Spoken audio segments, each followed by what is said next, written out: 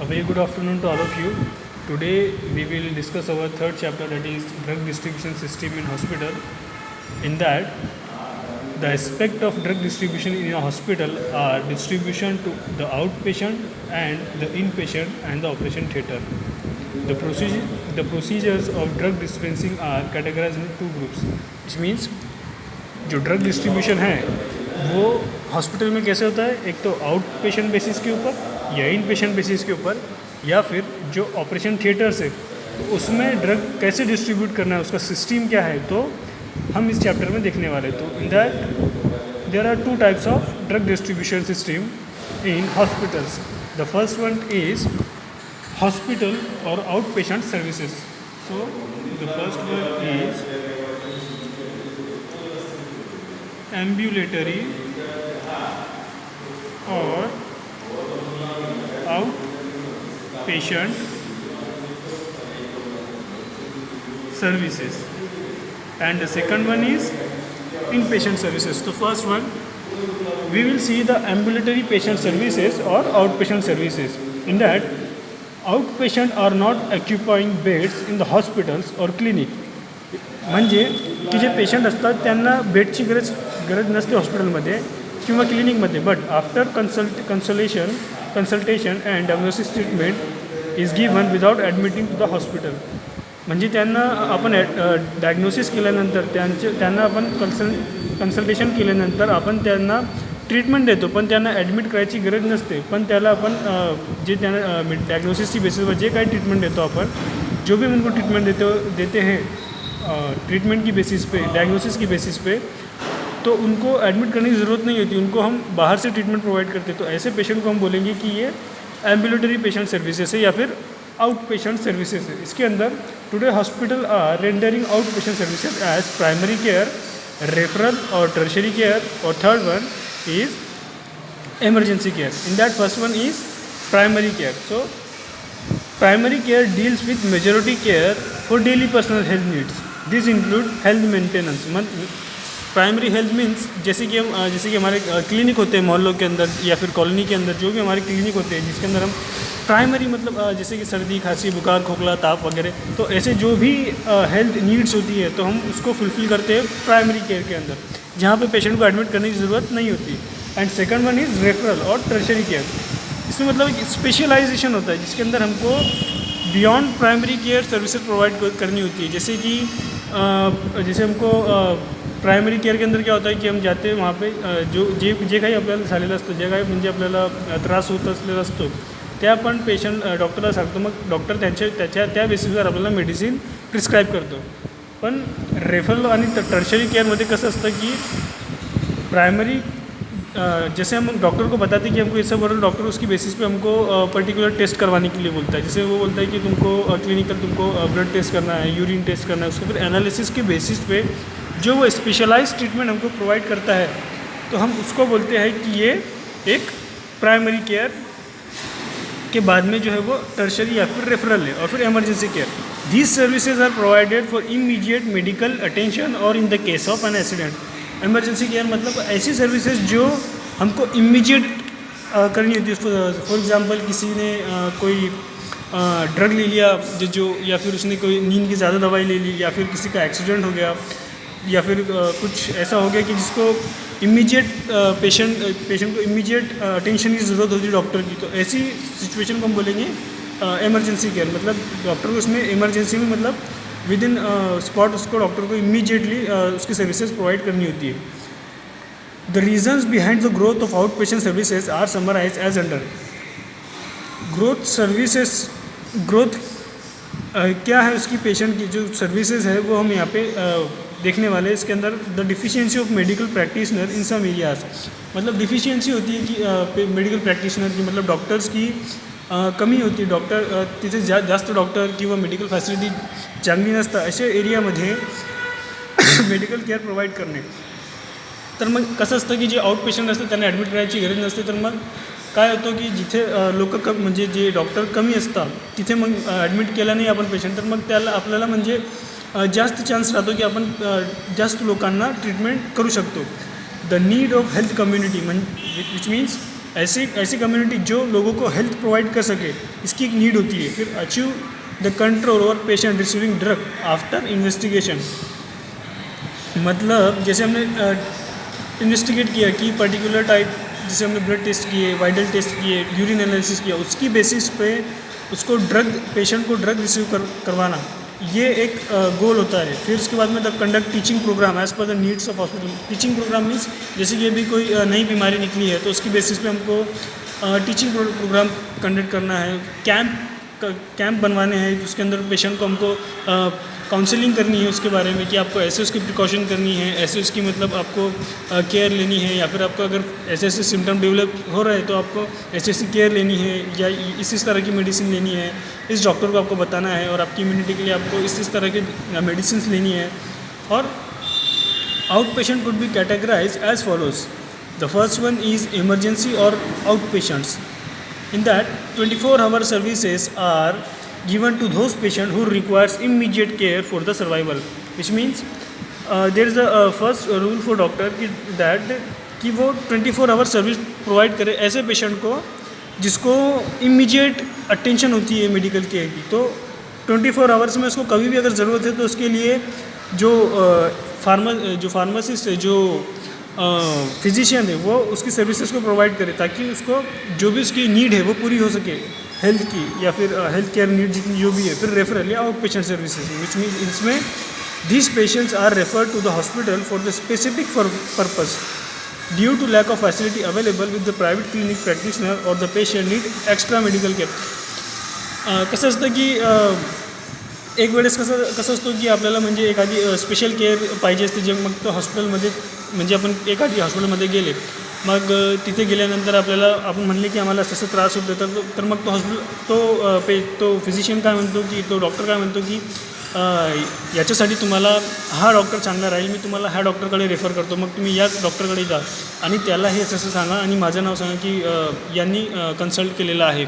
तर मग हे जे असतं की त्याला अपन म्हणतो कि रेफर्ड केयर, मतलब ऐसा केयर कि मतलब जैसे हम डॉक्टर के पास गए, हमने उसको अपनी कंडीशन बताई, फिर उसने कहा कि इस तरह का जो जैसे मतलब अगर किसी को प्रेगनेंसी रिलेटेड कोई कॉम्प्लिकेशंस है तो जो डॉक्टर है वो जो प्राइमरी हेल्थ केयर डॉक्टर है वो क्या करता है कि हमको एक डॉक्टर सजेस्ट करता है कि तुम इसके पास जाओ, ये एक अच्छा गायनेक है, आपको ये अच्छे से इसके बारे में समझाएगा। या फिर आपको निमोनिया हुआ है तो जो डॉक्टर है प्राइमरी हेल्थ केयर वो बताएगा आपको कि आप ये डॉक्टर के पास जाओ तो ये आपको इसका ट्रीटमेंट अच्छी तरीके से देगा। तो डॉक्टर जो स्पेशल केयर होती है पेशेंट को, वो उसकी फुलफ़िल करने के लिए एक स्पेशलाइजेशन देता है उसको।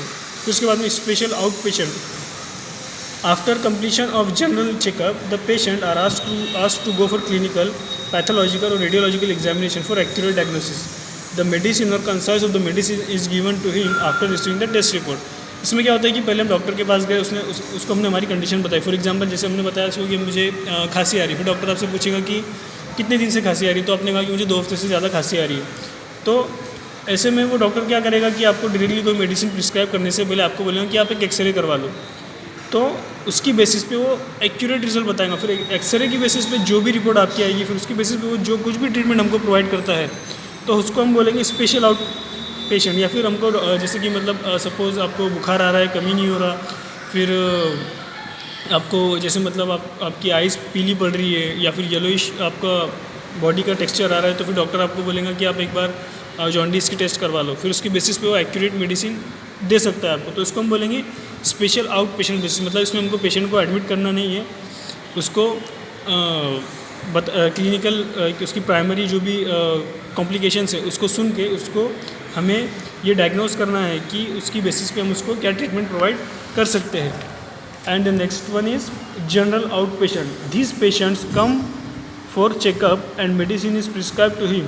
दे may either undergo minor surgery, superficial surfing dressing at the hospital. मतलब ऐसा होता है कि जनरल पेशेंट मतलब ऐसे मतलब जैसे हमारे जो डॉक्टर होते हैं BOMS BHMS, तो हम यहाँ पर जाते हैं, हमारी जो भी प्रॉब्लम होती है, सर मला ताप आला आहे, मला बुखार आला आहे, मला सर्दी झाली, तर मग तो काही आपल्याला मेडिसिन प्रोव्हाइड करतो। किंवा आपल्याला छोटी मोठी आपण पडून गेले कुठेतरी, आपल्याला काहीतरी लागलं छोटं मोठं, आपल्याला स्टिचेस घ्यायचे आहे, तर मग त्याची छोटं मोठं आपल्याला मायनर वगैरे सर्जरी असते किंवा मायनर वगैरे जे काही ट्रीटमेंट असतं, तर मग अशी ट्रीटमेंट आपण तिथे जाऊन घेऊ शकतो. अशा आपण म्हणता की general out patient services. So next that we will see is location of out patient dispensary. मतलब उसका लोकेशन कैसा होना चाहिए, यहाँ पर हम वो सीखने वाले हैं. तो in that despite no specific rule for location, the dispensary is preferred near the main entrance of the OPD block और the location must be easily accessible to the patient. मतलब इसकी कोई गाइडलाइन नहीं है पर्टिकुलर OPD के लिए, लेकिन हमको उसकी लोकेशन ऐसी होनी चाहिए कि वो OPD जो जहाँ पे मतलब जो फिजिशियन है वो अच्छी तरीके से ड्रग प्रिस्क्राइब करे या फिर उसके पास में वो हो, और या फिर ऐसा हो कि जैसे मतलब वो उसका पेशेंट को वो इजीली एसेसिबल हो. तो वो हमारा जो फार्मेसी का जो डिपार्टमेंट है वो ऐसी जगह पर होना चाहिए. There are 3 option for this. A separate out patient pharmacy, मतलब जैसे हम देखते हैं कि हॉस्पिटल के बाहर एक सेपरेट मेडिकल होता है, तो ये उस टाइप की अ सेपरेट आउट पेशेंट फार्मेसी हुई. फिर उसके बाद में a combined in patient and out patient unit with service provided from the same window. मतलब ऐसी फार्मेसी जो पेशेंट एडमिट है उसको, और जो पेशेंट एडमिट नहीं है जो आउट पेशेंट है वहाँ पे उनको सर्विस प्रोवाइड करती है. जैसे कि मतलब फॉर एग्जांपल जैसे ऑर्किड के अंदर जो मेडिकल है वो क्या करता है कि जो आउट पेशेंट है उनको भी सर्विस प्रोवाइड करता है, और जो पेशेंट जो अंदर ॲडमिट आहे त्यांना पण ते मेडिसिन प्रोवाइड करतात. तर मग असे medical. Mug third one is the combined in patient and out patient unit with the service provided from different Windows. Which means कसं असतो की याच्यामध्ये पण कंबाईन असतो इन पेशंट आणि आउट पेशंट, पण जे विंडोज राहते त्यांना मेडिसिन प्रिस्क्राईब करायची ते इन पेशंटसाठी वेगळी, आउट पेशंटसाठी वेगळी. हे एक टाईप झाली. आणि मग if a OPD is running in individual premises और building, a separate pharmacy set is required to dispense the medicine.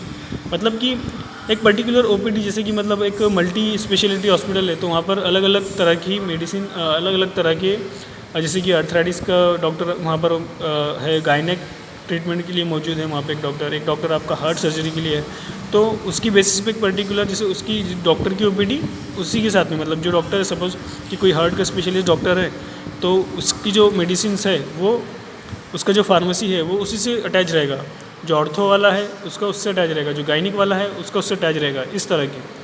फिर the layout of dispensary. In that we will see the outpatient are the one who decide the image of hospital as per the services received by them. So it is essential to look into the following aspect while designing it.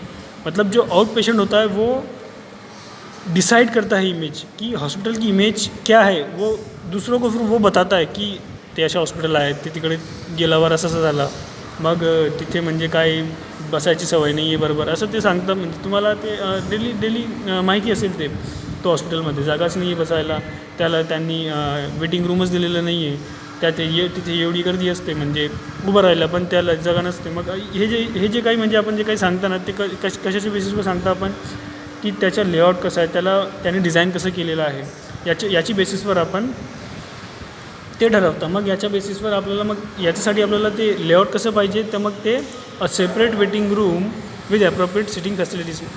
तर मग याच्यासाठी काय पाहिजे की आपल्याला एक separate waiting room पाहिजे की मग याच्यामध्ये जे लोक वेट करू शकतात त्यांच्या नंबर आल्यापर्यंत, आणि मग sufficient number of services windows and separate facility for women.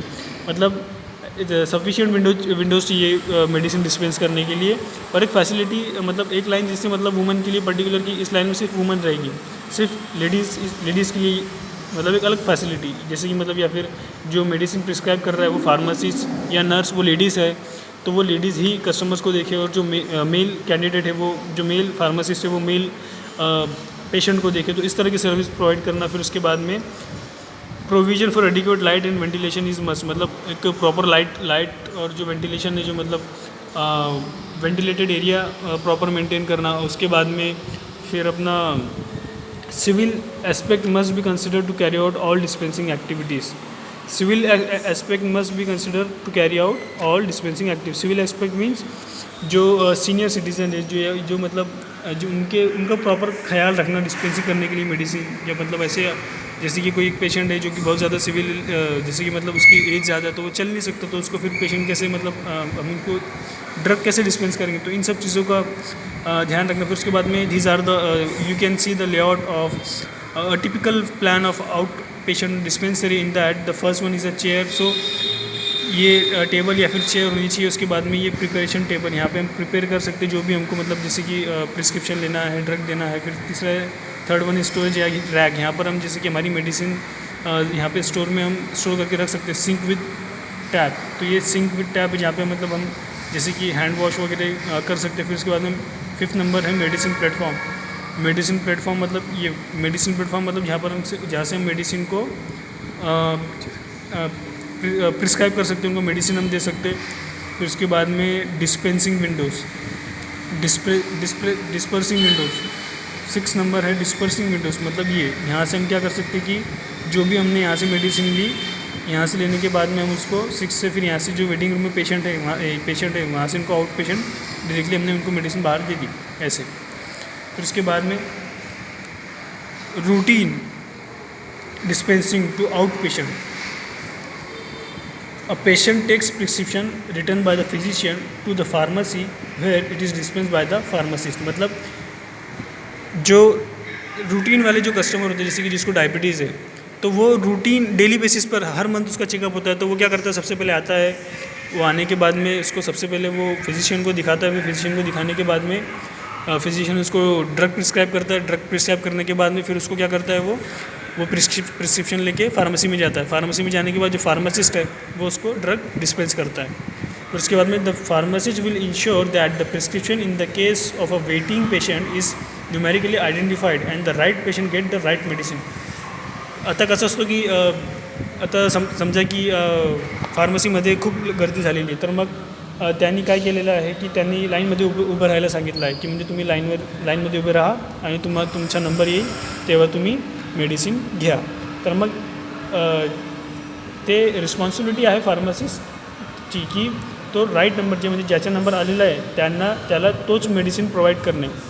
कसं असतं की आता लाईनमध्ये आहे तर मग जमलिंग होऊन गेलेली असते की म्हणजे याची मेडिसिन याला नको, याची मेडिसिन याला नको, तर मग हे नको व्हायला पाहिजे. तर मग याच्यासाठी कोण रिस्पॉन्सिबल असतो, फार्मासिस्ट रिस्पॉन्सिबल असतो कि मतलब जैसे उसने लाइन में खड़े किया है वहाँ पे सबको, तो जिसका नंबर है उसको उसी की मेडिसिन मिलना चाहिए. तो इसके लिए कौन रिस्पॉन्सिबल है, फार्मासिस्ट. फिर उसके बाद में the medicine is label and arrange in a container to dispense. मतलब जो मेडिसिन है उसको लेबल करने, जैसे कि मतलब आप देखते होंगे कि आप जब भी मेडिसिन लेने जाते होंगे तो उसके ऊपर लेबल लगाता है. सुबह मतलब आपको थ्राइस अ डे लेना है, ट्वाइस अ डे लेना है, दिन में एक बार लेना है, फिर जेवणाच्या आधी लेना, जेवण के पहले लेना है, फिर जेवण के बाद में लेना है. तो इस तरह के अप्रोप्रिएट लेबलिंग करनी है उसको. फिर उसके बाद में appropriate instruction have been given by the pharmacist regarding dispensing medicine. फिर जो इंस्ट्रक्शन है वो प्रोवाइड करना, जैसे कि हमको अब आपने सुना होगा वो बोलता है कि इसको दूध पे नहीं लेना या फिर इसको दूध के ऊपर लेना, ऐसे मेडिसिन उसको मतलब, या फिर आपको खाने से पहले लेना इसको इस मेडिसिन को खाने के बाद में लेना, और फिर उसको खाने के बाद में फिर कुछ देर रुकना, फिर उसके बाद में ये दूसरी मेडिसिन लेना. तो ये जितने भी अप्रोप्रिएट इंस्ट्रक्शन होती है वो बराबर देना. जैसे कि अगर लिक्विड प्रिपरेशन है तो उसको शेक वेल करना, अच्छे से हिलाना, उसको फिर लेना. तो इस तरह की जितने भी इंस्ट्रक्शन होती है वो फार्मासिस्ट का एक रोल है कि वो, उसकी एक ड्यूटी है कि वो डिस्पेंस करते वक्त ये सब चीज़ें अवेयर करे इस बारे में पेशेंट को. फिर finally related record will be maintain by the pharmacist. जितने भी रिकॉर्ड, जितने भी अपने ड्रग डिस्पेंस किए, जितने भी ड्रग उसने सप्लाई किया है, तो उसका एक रिकॉर्ड मेंटेन करना. कौन सा पेशेंट आया, उसका एज क्या थी, उसकी सेक्स क्या थी, उसकी मेडिकल हिस्ट्री क्या है, उसकी बेसिस पे पूरा रिकॉर्ड मेंटेन रखना. उसको फिर जो भी बैच नंबर है, जो ड्रग है, ऐसे ड्रग्स जैसे कि कोडेन वगैरह जिसका हमको रिकॉर्ड मेंटेन करना, तो इस तरह के ड्रग का रिकॉर्ड मेंटेन रखना बराबर. फिर उसके बाद में हम देखेंगे कि इन पेशेंट सर्विसेज. तो इन पेशेंट सर्विसेज के अंदर क्या होता है, inpatient are those who get hospitalize for the purpose of treatment, cure of disease, surgery और रिहैबिलिटेशन. मतलब ऐसे पेशेंट जो हॉस्पिटल में किस पर्पस से एडमिट हुए कि एक तो उनका ट्रीटमेंट जो है, जो उनकी डिसीज़ है वो क्योर हो, या फिर जो उनकी ट्रीटमेंट है वो क्योर हो, और उनकी या फिर एक तो वो डिसीज़ रिलेटेड हो सकती है, या फिर वो कोई सर्जरी हो सकती है. जैसे कि जो कोई सर्जरी है, जैसे कि फॉर एग्जांपल जैसे कैंसर की कोई ट्यूमर की सर्जरी है, या फिर या फिर और किसी तरह की सर्जरी या फिर रिहैबिलिटेशन सेंटर है जहाँ पर मतलब उनको जो ड्रग अब्यूज़ पर्सन है वो उसकी या फिर जो मेंटली इलनेस जो पर्सन होते हैं उनकी वो आदत छुड़वा सके या फिर उनकी जो लत लगी उनको वो छुड़वा सके। तो इस तरह की जो इन पेशेंट सर्विसेज वो इसमें आती है। तो मेथड इसमें कौन कौन सी है? In hospital medicine is distributed to the patient by different methods as mentioned below. The first one is individual prescription order system. Second one is complete flow stock system. Third one is combination of 1 and 2. And the fourth one is unit dose dispensing. In that we will see the individual prescription order system. This system is mostly adopted in very small hospitals having a bed size of 2 to 5 and private clinics, which means these type of services are provided by a hospital which have a bed size of 2 to 5, which means हे जे असतं हे छोटं hospital असतं याच्यामध्ये मग आपण छोटे छोटे म्हणजे छोटी हे जी services आहे इंडिव्हिज्युअल प्रिस्क्रिप्शन ऑर्डर सिस्टीम, तर मग हे आपण छोटं हॉस्पिटलमध्ये असे हॉस्पिटल ज्याची बेड साईज 2 to 5 आहे याच्या असे प्रायव्हेट क्लिनिकमध्ये आपण त्यांना ते मेथड अप्लाय करू शकतो. मग the medicine is dispense either by the pharmacist और under his direction. The dispensed medicine is labeled with individual patient name and related instruction after receiving the prescription sheet from the pharmacist. म्हणजे याच्यामध्ये काय असतं की जे हे जे method आहे याच्यामध्ये जे आपण drug देतात तर मग ते कसे देतात की जे मेडिसिन है तो फार्मासिस्ट एक तो वो फार्मासिस्ट के थ्रू दी जाती है या फिर उसकी डायरेक्शन के अंदर कि वो नर्स को बताता है कि मेडिसिन को ऐसे देना है. The dispense medicine is label with individual patient name. मतलब जो ड्रग है जो मेडिसिन है उसको प्रॉपर लेबल करना है, उस प्रॉपर पेशेंट के नाम से उसको लेबल करना है कि इस पेशेंट की ये दवाई है, उसको इस टाइम पे ये लेना है, उसको खाने के बाद ये वाली लेना है, उसको खाने से पहले ये वाली लेना है. फिर उसको जो भी और रिलेटेड इंस्ट्रक्शन है उसको खाने के साथ मतलब मील क्या साथ में होना चाहिए, मिल्क लेना है नहीं लेना है. फिर रिसीविंग तो ये रिस्पॉन्सिबल है कौन? फार्मासिस्ट. जो शीट जो फार्मेसी से डिस्पेंस हुई है उसके बाद में तो उसके फिर हम एडवांटेजेस और डिसएडवांटेजेस क्या है तो यहाँ पर उसकी पहले advance all prescription are directly check by the pharmacist. उसका पहला एडवांटेज है मतलब जितने भी वो प्रिस्क्रिप्शन डॉक्टर दे रहा है तो वो चेक करता है कौन? फार्मासिस्ट. इसका एडवांटेज है. फिर medication error could be avoided. मतलब जो मेडिकेशन एरर है जितने भी मतलब एरर आने वाले जैसे कि फार्मासिस्ट उसको चेक कर रहा है सबको तो वो इस बात का ध्यान रखेगा कि इस नाम की मेडिसिन इस नाम के बंदे को देनी है, इस नाम की मेडिसिन इस पेशेंट को देनी है. तो इस तरह फिर वो कैसा एरर किस चीज़ को बोलते हैं कि जैसे कि ये मेडिसिन इसको चली गई, इसकी मेडिसिन इसको चली गई, तो ये जो एरर है वो एरर इसमें नहीं आता. फिर तो ये उसका क्यों इसलिए क्योंकि जो साइज़ है वो स्मॉल है तो इसलिए जो फार्मेसी है वो हर एक चीज़ को खुद चेक करते हैं तो इस तरह के एरर जो है वो नहीं आते. The facility interaction between the pharmacist and doctor and nurse. मतलब जो इंटरेक्शन होती है फार्मासिस्ट की डॉक्टर से या नर्सेस से वो अच्छी तरीके से होती है. क्यों? क्योंकि जो कम्युनिकेशन है वो ज़्यादा होती है. किस वजह से?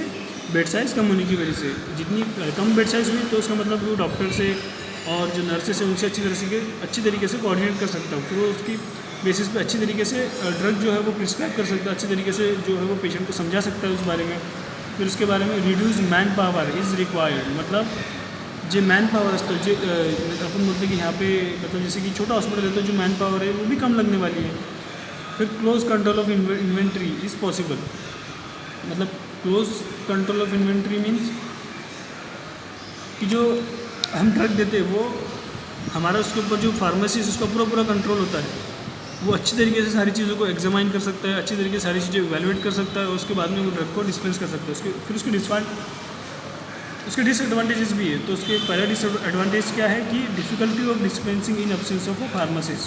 विच मीन्स जर अगर फार्मासिस्ट नाही राहिला कारण तो छोटा हॉस्पिटल असल्यामुळे तिथे एकच फार्मासिस्ट राहतो आणि जर फार्मासिस्ट नसला तर मग ड्रग डिस्ट्रीब्यूट करने में प्रॉब्लेम होती है. फिर this system can not be use in big hospital. जे मोठे हॉस्पिटल असतात त्याच्यामध्ये आपण हे सिस्टीम यूज नाही करू शकतो. का? कारण की तिथे जे पेशंट असतात ते त्यांची क्वांटिटी असतात ते खूप जास्त असते. मग तिथे एक फार्मासिस्ट तेवढं हँडल नाही करू शकतो. तर मग हे जे मेथड आहे ते मोठ्या हॉस्पिटलसाठी नाही आहे. मग medicine cost may be increase. Medicine cost याच्यामध्ये इन्क्रीज होण्याचे चान्सेस जास्त असतात. का बरं की स्मॉल हॉस्पिटल असल्यामुळे त्याची कम्पॅरेटिव्हली असल्यामुळे ते जे मेडिसिन आहे ते त्यांचे जे प्रॉफिट आहे ते म्हणजे प्रॉफिटेबल हॉस्पिटल असते. मग तो काय करणार की त्यांचे जे प्रॉफिट लेवल आहे ते वाढवणार. तर मग याच्यामध्ये हे चान्सेस असतात की ते कॉस्ट जी आहे मेडिसिनची ते इन्क्रीज होऊ शकते. आणि next further we will discuss in our next lecture. A very good afternoon to all of you. Today we will see the complete flow stock system. In that, under this system, both the pharmacist and the nursing station are responsible for the drug distribution. मतलब कि जो इस तरह की जो system होती है उसके अंदर फार्मासिस्ट और जो नर्सिंग स्टेशन है वो दोनों रिस्पॉन्सिबल होते हैं मेडिसिन को डिस्ट्रीब्यूट करने के लिए. तर मग these are main two types. The first one is charged floor stock drugs and the second one is non-charged floor stock drugs. So in that we will see first, that is charged floor stock drugs. So charged floor stock drugs can be defined as those medicines which are stocked at the nursing station all the times and are charged to the patient account after their administration. मतलब कि इस तरह की अशी medicine जे आपण जे nursing department असतो त्याच्याकडे store करून ठेवतो आणि आपण ते पेशंटला कधी चार्ज करतो, जेव्हा तो ॲडमिट होऊन गेलेला असतो हॉस्पिटलमध्ये त्याच्यानंतर आपण त्याला ते मेडिसिन चार्ज करतो ॲडमिट झाल्यानंतर. आणि तो जे स्टॉक आहे मेडिसिनचा तो नर्सिंग डिपार्टमेंटकडे असतो. आणि नंतर in this system the medicine is charged to the patient due to the high cost, quantity used or frequency. Such as medicine are mainly injectable infusion, and injectable generally include the class of antibiotic, anti-allergic, anti-hypertensive, cardiovascular drugs, anticoagulant, anti-epileptic and miscellaneous. मतलब कि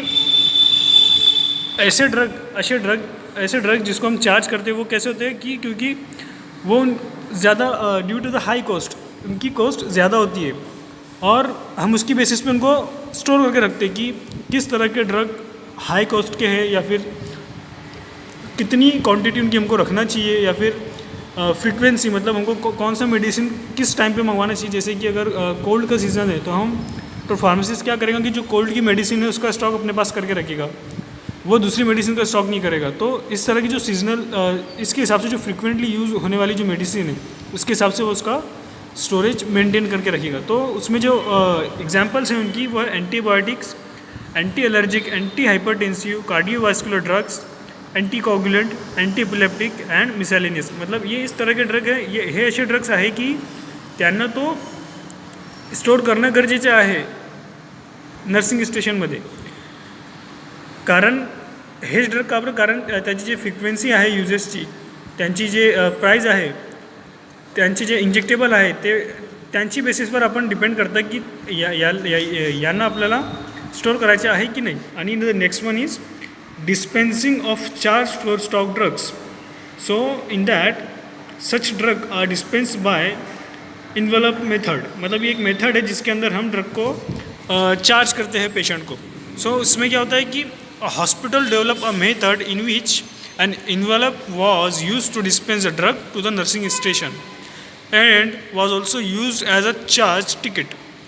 मतलब ये एक hospital की अशी method आहे ज्याच्यामध्ये इन्व्हॉल्वमध्ये जे drug आहे ते डिस्पेन्स केलेले जातात नर्सिंग स्टेशनला फ्रॉम द मेडिकल और from the pharmacist to the nursing station. Drug will be prescribe और dispense in an envelope format और इन द एनवलप. सो और जो उसके चार्जेस होते हैं वो कौन सी बेसिस पे होते हैं, टिकट की बेसिस पे. जैसे कि हमें एस्पिरिन टैबलेट का टिकट देख रहे हैं कि name of patient, ward number, date and the name of nurse that the drug will be given. Then in this system a pharmacist filled pre-labeled envelope with the needed drugs and the place a predetermined quantity of on the nursing ward. मतलब जो pharmacist है वो responsible है उस label को fill करने के लिए एनवलप के, जिसके अंदर ड्रग जो है वो उसको मंगवाया गया है, उसमें उसका पेशेंट का नाम, कौन से वार्ड में लग रहा है और किस नर्स ने इसको बोला प्रिस्क्राइब किया है तो उस नर्स का नाम. At the time of administration the nurse right the name and room number of the patient and the envelope and put her in her out basket. It is later sent to the pharmacy where it is priced and forwarded to the billing station for accounting offices. मतलब क्या होता है कि पहले जो drug, ये पूरी process कैसी है इन्वॉल्व की कि सबसे पहले तो जो ड्रग है वो फार्मासिस्ट जो है वो उसको इन्वॉल्व के अंदर एक प्री फिल्ड लेबल के साथ में नर्सिंग स्टेशन पे पहुंचाएगा. फिर नर्स क्या करेंगी, उस ड्रग को उस पेशेंट को देने के बाद में वो एक लेबल तैयार करेगी जिसके ऊपर वो जिसके अंदर वो ये सब मेंशन करेंगी कि वो किस पेशेंट ने लिया है, किस पेशेंट ने कौन सा उसका नाम, फिर वो कौन से वार्ड का है उस पेशेंट का नाम, उसका वार्ड नंबर, फिर उसने कि कौन कौन से तरह के ड्रग लिए हैं, फिर उसके बाद में डेट और किस नर्स ने उसको दी है. तो ये सब वो देके जो बिलिंग स्टेशन है यहाँ पे उसको बिल देंगी फार्मेसी पेशेंट को, वहाँ पे उसको वो फॉरवर्ड करेंगी ताकि जो वो लोग हैं वो पेशेंट से उसको चार्ज कर सके उस ड्रग को. And the second one that will see is that non charge floor stock drugs. So in that these are the drugs which are kept at the nursing station for the use of all patients of the wards. In the case of cost of the medicine is not directly added to the patient's billing. The medicine may calculated as per the day expense of the hospital room. Which means याच्यामध्ये काय असतं की जे medicine राहतं ते nursing स्टेशनला already ठेवलेली असते. आता जसं आपण पहिले बघितलं की त्याच्यामध्ये कसं असतं की तो कोणत्या पेशंटला कोणती मेडिसिन पाहिजे तर मग तो मेडिसिन फार्मसिस्ट प्रिस्क्राईब करून एनव्हलपमध्ये देतो आणि ते नर्स जाऊन पेशंटला देते आणि पेशंटला दिल्यानंतर तो त्याचं बिल फार्मसीला फॉरवर्ड करून देते. आणि नॉट चार्ज फ्लोर स्टॉक मेथडमध्ये कसं असतो की जे ड्रग दिलेलं आहे तर मग ते त्याच्यामध्ये काय असतं की जे नर्सिंग स्टाफ राहतं, जे नर्सिंग स्टेशन राहतं तिथे ते मेडिसिन ऑलरेडी स्टॉकमध्ये आणून ठेवली जाते आणि ते मेडिसिन वॉर्डमध्ये जेवढे पण पेशंट आहेत त्यांना ते देऊन दिलेली जाते. आणि देऊन दिल्यानंतर त्याला तो कसे चार्ज करता आपण मेडिसिनला पर डे एक्सपेंस के हिसाब से, मतलब उसके पर्टिकुलर रूम के हिसाब से जो हॉस्पिटल का चार्ज है, जैसे कि हॉस्पिटल का चार्ज है एक दिन का 3,000 रुपये, तो 3,000 रुपये के अंदर उस मेडिसिन को वो उसी में चार्ज करके देते हैं. ये मेथड किसकी हुई? Non charge flow stock drug के अंदर. The stock of such drug is maintain by considering the following factor: category of drug, frequency of drug use, quantity of drug needed, cost of the drug, inventory and the budget of hospital. मतलब ये जो method है वो किस चीज़ पे हम, किसकी basis पे हम उसको स्टॉक करके रखते हैं. एक तो कैटेगरी ऑफ ड्रग की वो कौन सा ड्रग है, जैसे पेशेंट कोई एडमिट हुआ हॉस्पिटल में तो और एडमिट होने के बाद में उसको किस तरह का ड्रग चाहिए, कौन सी कैटेगरी का ड्रग चाहिए, वो हमारी फार्मेसी में फ्रिक्वेंटली यूज़ उसका क्या है, कितनी बार यूज़ होता है, उसके बाद क्वांटिटी कितनी चाहिए उसको उस ड्रग की, और उस ड्रग का कॉस्ट क्या है. अगर उसका कॉस्ट ज़्यादा है तो ऑब्वियसली वो रूम चार्जेस जो है वो ऑलरेडी उसको बढ़ा देंगे, और अगर उसका चार्जेस कम है, जो ड्रग का जो कॉस्ट है वो कम है, तो वो जो रूम चार्जेस वो उसकी बेसिस पे रहेगा. फिर and inventory and budget of the hospital, जो भी हॉस्पिटल का बजट है, जो भी उनके एक्सपेंसेस है, उसके हिसाब से उनको कितना प्रॉफिट मिल रहा है, कितना प्रॉफिट उनको पे करना पड़ा है ड्रग के लिए. तो ये सब फैक्टर है जिसकी बेसिस पे वो ये सब डिसाइड करके उसको ड्रग प्रिस्क्राइब करते हैं. और फिर नेक्स्ट वन क्या है? Dispensing of non charge floor stock drugs. To dispense this stock of medicine, following methods are adopted. So, in that the first one is drug basket method. In this method, it is very commonly used in the hospital. The night duty nurses check the drug stock against a master list given by the pharmacy. The nurse puts a check mark on the number needed for each drug or the requisition of the hospital supplies. याच्यामध्ये म्हणजे काय असतो की जे medicine आहे, जे नाईटमध्ये जे nurse work करतात ते काय करतात की ते पहिले चेक करतात की ड्रगचा स्टॉक किती आहे मास्टर लिस्टमध्ये. जे मास्टर लिस्ट फार्मासिस्टने जे मास्टर लिस्ट दिलेली असते त्याच्यामध्ये किती स्टॉक राहिलेला आहे, किती स्टॉक नाही आहे, कोणती मेडिसिन आपल्याला मागवावी लागेल, कशाची ऑर्डर द्यायची, हे सगळं काही ते बघते. मग नर्स काय करते, चेक मार्क करते की किती ड्रग आपल्याला लागतं आहे, कोणते ड्रग आपल्याला किती क्वांटिटीमध्ये लागतं आहे, त्याची फ्रिक्वेन्सी आपल्याला किती मागवायची आहे, म्हणजे त्याची क्वांटिटी किती मागवायची आपल्याला. तर ते सगळं ते टिक मार्क करते मास्टर लिस्टमधून आणि ते मग परचेस करतात फार्मसीकडून. Then the nurse put the empty bottles and containers along requisition slip in the basket. मतलब जे काही एम्प्टी बॉटल एम्प्टी कंटेनर वगैरे असतात ते त्याची बकेटमध्ये ठेवते आणि रिक्विजिशन स्लिप जे असते ते बास्केटमध्ये ठेवते आणि this basket is send to the pharmacy staff. फिर वो क्या करती है कि जो बास्केट है उसको वो फार्मेसी स्टाफ को फॉरवर्ड करती है ताकि वो उस तरह के ड्रग फिर से डिस्पेंस करने के लिए दे. जो स्लिप है, जो मास्टर स्लिप जो वो बनाती है, जो टिक करती है, जिसके अंदर इन्वेंट्री होती है कि हमको कौन सा which type of drug is required for the dispensing in the particular type of ward. So on the basis of this the nurse will check all the drug and send that slip to the pharmacist, then the mobile dispensing unit. So this is the second one method for dispensing of non-charge flow stock drugs. So in that it is a stainless steel specially designed cupboard for trolley or facility to carry all size of container. In this system the night duty nurses not need to check the drug. The pharmacy inspect the drug cabinet and refills empty containers. The carbon copy of the requisition for floor stock supplies is left at the nursing station as a record of delivery. By this method, the pharmacy is brought out of the pharmacy and it available at the nursing ward. The increased interaction between the pharmacist and the nursing staff. म्हणजे हे काय असते की ह्याच्यामध्ये एक stainless स्टीलच्या एक basket असतो, container असतो, कपबोर्ड असतो और ट्रॉली पण म्हणू शकतो आपण त्याला, जो काय करतो की all size of container carry करतो आणि तो काय करतो की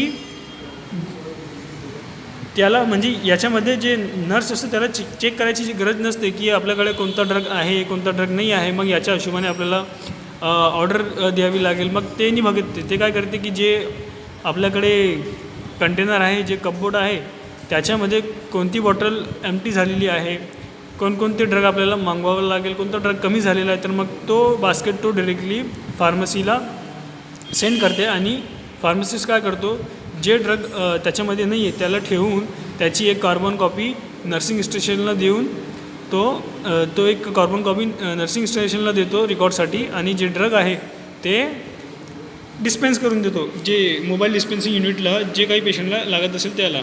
मग त्याचे ॲडव्हान्टेजेस काय आहे की required drugs are specially available, म्हणजे जे काही ड्रग आपल्याला पाहिजे आहे ते अवेलेबल असतो आणि minimise return of medicine to the pharmacy. मतलब याच्यामध्ये काय असतो की जे काही मेडिसिन उरलेली असते तर मग जे पहिले आपण मेथड बघितलेली आहे तर मग त्याच्यामध्ये कसं असतो की नर्सने जर पाहिलं की हे मेडिसिन पडलेली आहे, हे कोणी घेत नाही, तो मग तो काय करते रिटर्न करते त्याला आपला फार्मसिस्टला. पण हे मेथडमध्ये काय असतो की जे मेडिसिन संपलेली असतात तेच आपण परत मागवता, म्हणजे आपल्याला स्टॉक जे आहे ते परत आपल्याकडे स्टॉक ठेवायची गरज नसते. तर मग याच्यामध्ये काय होतं की जे मिनिमाइज होऊन जातं जो रिस्क आहे ते मिनिमाइज होऊन जातो की आपल्याला ही मेडिसिन परत करायची आहे. हे त्याच्या एक ॲडव्हान्टेजेस आहे. आणि the next one is reduction in patient prescription order. म्हणजे जे पेशंट आहे त्याची प्रिस्क्रिप्शनमध्ये तो ड्रग कमी होऊन जातो. Then less number of pharmacy staff is required. मग याच्याने काय होतं की जे फार्मसी स्टाफ आहे ते less number of pharmacy staff required असतं, कारण की जे फार्मासिस्ट आहे तो ऑलरेडी तो मेडिसिन परचेस करून देतो आणि आपल्याला ते परत दुसऱ्या फार्मासिस्टची गरज नसते त्याला परत देण्यासाठी. आणि मग काय असतो डिसॲडव्हान्टेजेस काय आहे त्याचे, तर मग chances of increase in medication error reduce overview of medication order. आता याच्यामध्ये काय असतो की जे ड्रग आपण डिस्पेन्स करणार आहे मग याच्याबद्दल माहिती वगैरे ते कोण सांगतो, ते फक्त फार्मसिस्टचं काम असतो. पण आपण जेव्हा तो ड्रग देतो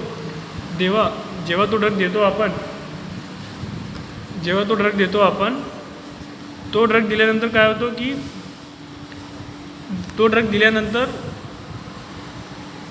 जेव्हा आपण तो ड्रग दिल्यानंतर काय असतो की आपण पेशंटला सांगू नाही शकत की तो मेडिसिन जे आहे त्याला प्रिस्क्राईब कशी घ्यायची काय घ्यायची. तर याच्यामध्ये काय असतो की याच्यामुळे जे प्रिस्क्रिप्शनचे चान्सेस आहे ते वाढून जातात. मग the next one is increase hazards due to drug deterioration. मतलब जे काय असतो की आता नर्सिंग स्टाफ काय करतो की हे ड्रग दिला, मग हे दिल्यानंतर ते ड्रग, मग त्याच्यामुळे काय असतो की ते जे ड्रग आहे ते कंटॅमिनेट होऊन जातो. तो जे आहे तो त्याच्या वॉर्डमध्ये फिरून राहतो. मग त्याच्यामुळे काय असतो की तो जो आहे ड्रग तो कंटैमिनेट होने के चांसेस ज़्यादा जास्त होता है, उसको कंटैमिनेट होने के चांसेस ज़्यादा होते हैं. तो इसकी वजह से हॅझार्ड जो है वो इंक्रीज हो सकता है. फिर wastage of drug due to the insufficient storage facility.